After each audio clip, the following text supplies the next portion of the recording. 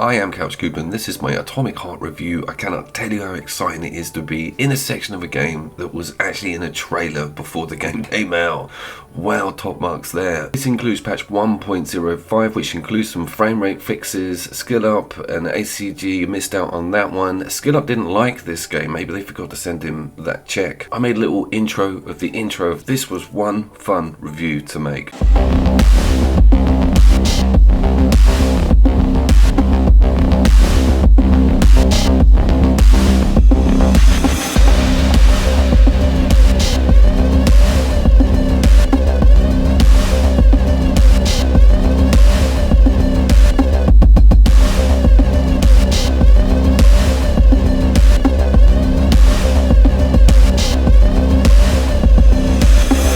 I want to get the discussion out the way about the current situation in Russia with Ukraine. I'm pretty sure that the developers don't have first-hand involvement in that particular conflict, and most of it is Putin's bullshit. This game focuses on 1950s USSR in a sort of fictional canon after the Second World War. There's a lot of Stalin references, Lenin's everywhere. If it wasn't for the Red Army, there might be a few more German speakers around nowadays. I wanted to get that out of the way because I want to revel in this brutalist communist architecture. You saw an almost demigod-like worship in Rapture, and this system is almost the same, with an individual at the top and it all cascading down into what appears to be a way too perfect a situation.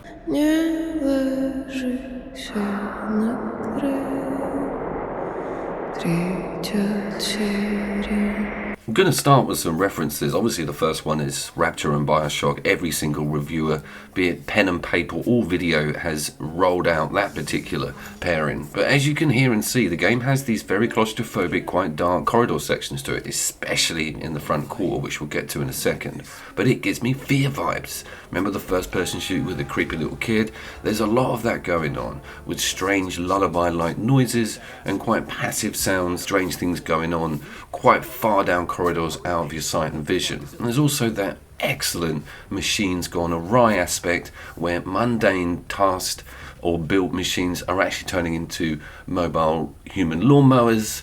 That stuff's just no end of fun. You're going to see a lot of soaking up of the atmosphere with this game and my footage. I'm not going to apologize for it. It's beautiful on architecture and interior, and against the enemies and the combat and the timeline, it was one of the main aspects or reasons I was so interested in this IP prior to it coming out. Now, let's look at some of the crazy ass robot eco mechanics.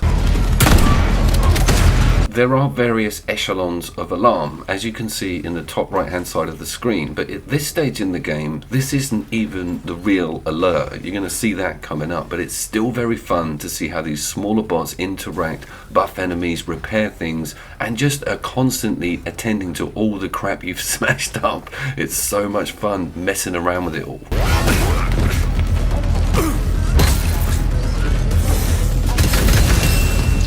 The game hangs heavy on close quarters combat at the front end, and it works okay because the enemies are pretty dull and they just charge towards you. You can herd them, use environmental hazards, and the swing feels amazing. The big power swing is completely damned useless. You turn your head around 360 degrees. It's the most disorientating special I've ever had the misfortune to be implemented, but that doesn't stop you having fun by whacking them over the head, getting them in weak spots, and using that shock attack that comes through first. There's a bunch of them, but the shock one is kind of your base level deliverance. You're introduced to an enemy variant called the Black Suits, which you get really as your first sort of skill wall, but once you work out their moveset and get given enough equipment to deal with them, they are doomed.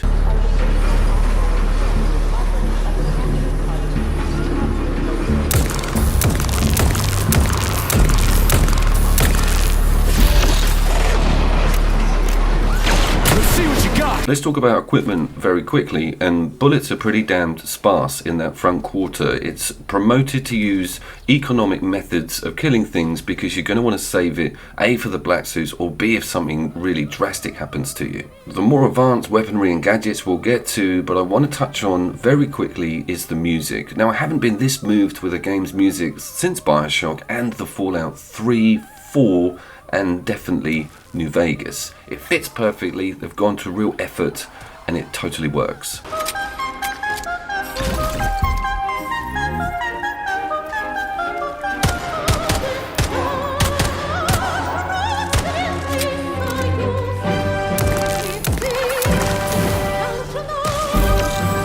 There is a hefty section to this game to get through before you see any of that juicy stuff from the trailers. Some of the puzzles, especially the railway one and the boiler room, you guys will know what I'm talking about, do feel a little bit paddy. And I'm pretty sure they're slung in to get that playtime up and really to introduce the player to anything new or stuff that is out of the realm of your normal first-person shooter, and there is a lot of that. This is a great scene, very dark. This is a pesticide laboratory that's got zombie, mutant, plant-headed psychopaths running around and causing absolute havoc, and it's your job to just flatten the playing field.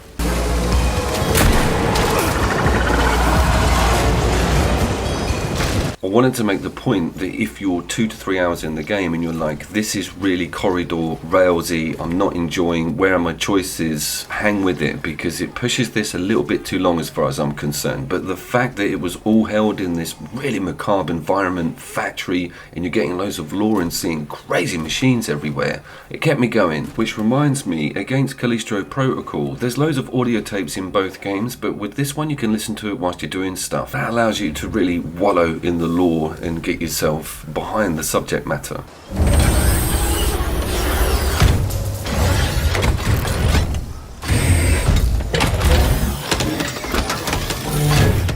I didn't want to leave this bit. I didn't want to leave it. I was in this section of the map for nearly 5.5 hours. It's basically your first semi-open world section that offers you quite a few different directions to go in to accomplish your objectives. You've also got stuff on the mini-map. Anyone who's been watching reels of those trailers for the past 2.5 years, brackets me, will start to really recognise some of that material. Those Half-Life episode games that were set on the farm outside with those tripod things running around, that was the last time I felt warm, fuzzy, excited vibes about going out and venturing around a seriously cool world like Atomic Hearts.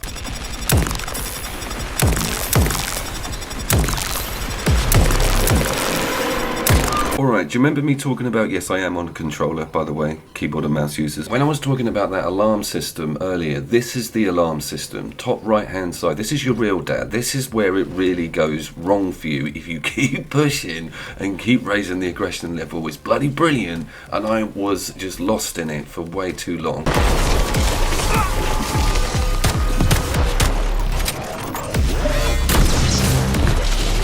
So the security systems, they talk to each other, and if you get rid of a robot under a camera and it sees it, it will relay it all around the area, and before you know it, you are just swamped, and they keep dropping them in, and it will just keep going until you leave the area or deal with everything, right? Which is not feasible, but that doesn't stop someone like me trying.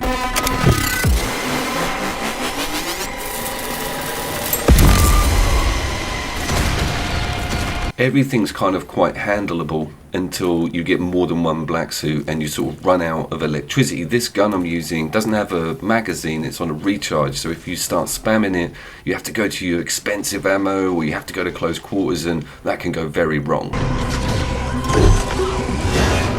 Having a medium amount of freedom after being shuttled down all of those corridors in the first sort of 3 hours of the game really does emphasize things once you get to this section. And being able to choose where to go and sort of prioritize things, go for an upgrade, start pinning certain elements, which makes me want to mention the crafting. It's not like mind-blowing, but it's certainly an incentive. You get really cool melee weapons to unlock and boost, and you get a wealth of attachments to put on just about every single gun, up to 5 slots, including bigger cartridges or whacking in an element, and there's bullet type that come mid-game, which really do change things up, because your special power, being electricity or polymer, will directly interact with the weapon on your right hand side, be it fire or increased electricity damage. It's very cool to start switching out, getting an optimal build. Comrade Major, based on the enemy's alert level data, you are fucked. Let's talk about the game's performance, and back to the alarm situation. I was using it to peg it and just get the game to go mental on me and see if I could work out where it was falling over. If it was, are there dips in certain areas of the map, and is there a consistent performance on the PC. God damn, man. You can't break it. I saw Digital Foundry do a video, I think it was yesterday. It looks like the PlayStation 5's doing really well on this performance front, so I'm going to definitely get it physical and review that as well. We're going to have a Monster Hunter Rise situation here, PC and PlayStation 5 reviews.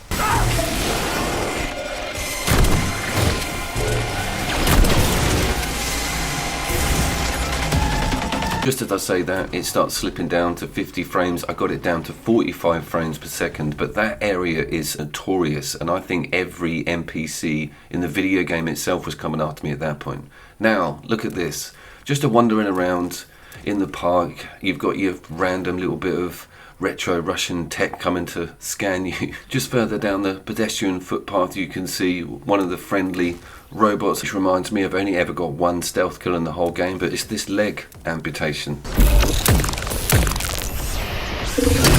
Can't script that stuff, you just can't, and when it happens it's so satisfying because you know it was because of a bunch of different things coming together, or no pun, the reverse of that, at the right time in the right place.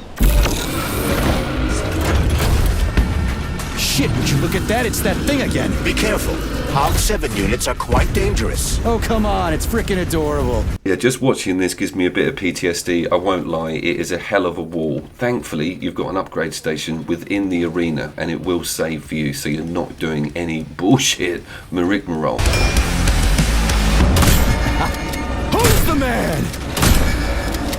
But Jesus Christ, if you've got to watch its attack patterns and there's no lock on, if you lose sight of it, it's going to whack you in the back. There's platinum ring style attacks coming out from it. It's like, thrike this thing. It is relent. But it was great, and I felt like I'd achieved something afterwards.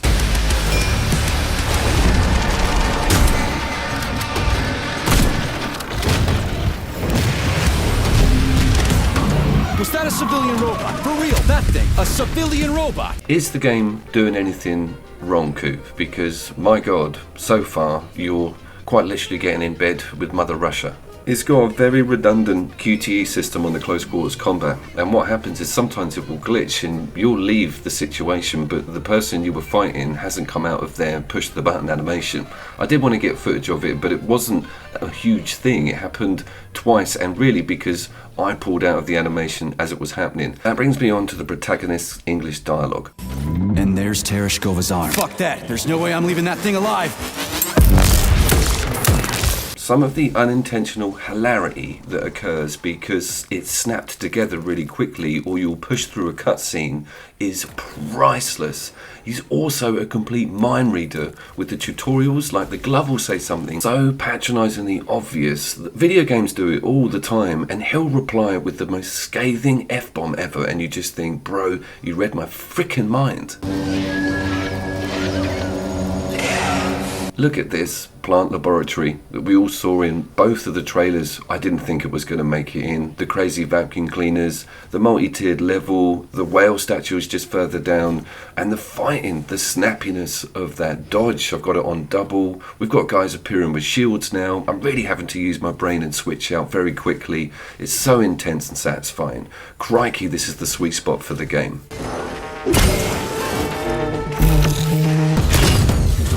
This is by far one of the best pieces of single player content we've had come out this year. Thank God it was rescued from the ashes. Focus got involved. Microsoft are obviously putting it on Game Pass for the $6.99. So if anybody's got real issues with who's behind this game, Microsoft have financed basically the whole launch and back-end development. So you might want to just start boycotting them as well.